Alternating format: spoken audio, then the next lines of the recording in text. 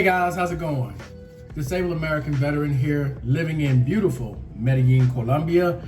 Let's get into part 2, which is now that you've decided to file a claim, let's walk through the claims process for a new person, okay? Now, in the last video, I gave you guys information of where you can go, just to recap, to file a claim. You can go down to your local comp and pen office if there's one in your area. You can go to a service organization and file that way. You can go to a local VA facility. Most of the time, they have someone there who can assist you in filing a new claim. Or you can call the 800 number, 1-800-827-1000, ask them to mail you the form, fax you the form, email the form so you can download it, fill it out, and send it back. So there are many different ways in order to file. Now, once you file, what can you expect? Okay, so once you put in your claim, depending on what your claim is for, whether it's mental health, something physical, more than likely they're going to schedule you for an appointment to see a doctor for that specific issue. So it may be someone in psych, it may be someone in primary care, it may be a specialist for your back, your knee, your foot, whatever your issue may be. Okay, so they're going to start scheduling you for appointments.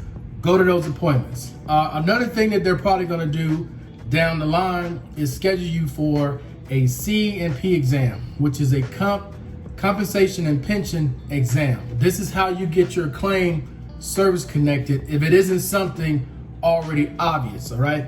There are some claims that are put in where it's just obvious. You know, if you have missing limbs from combat, I mean, that's kind of a no-brainer at that point.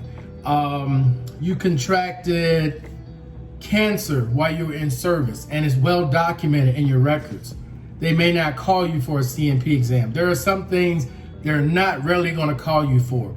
But in general, most people who file a claim, their initial claim, are going to go to a C&P exam because they're going to take the medical information from your medical records, from your time in service. And if you have been seeing a doctor already about this issue, it has been a continuous issue, you just didn't decide to go to the VA at the time, you can get a copy of those records and submit it, or give the VA permission to get those records to present it as part of your evidence that you're seeing someone ongoing, even after military service. That goes a long way. Now, it's not to discourage anyone who hasn't seen a doctor up until they decided to file. I'm just saying if you have been, that's more evidence that you can use. Now, like I said, when they schedule these appointments, go to these appointments.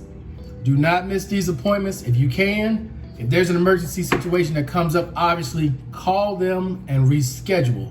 But do not just not go, not call, not do anything, okay? That works against you.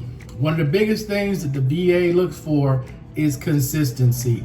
If you have a serious issue or you have an issue that is bothering you to the point where you're looking for relief, you're gonna do what it takes to get relief.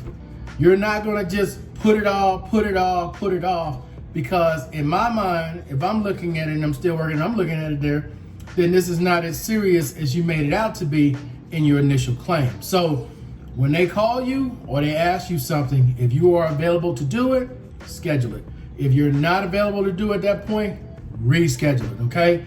And then as far as time frame goes, because that's gonna be a question that a lot of people have, how long is the initial claim?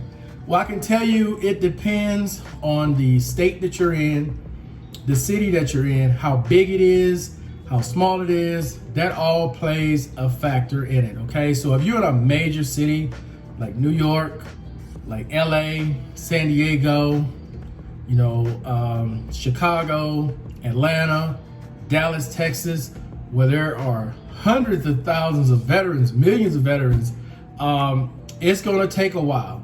But if you're in more smaller states, like in Kentucky, Alabama, out in, you know, the smaller cities, the smaller states, Mississippi, Louisiana, it shouldn't take as long as people in the major cities.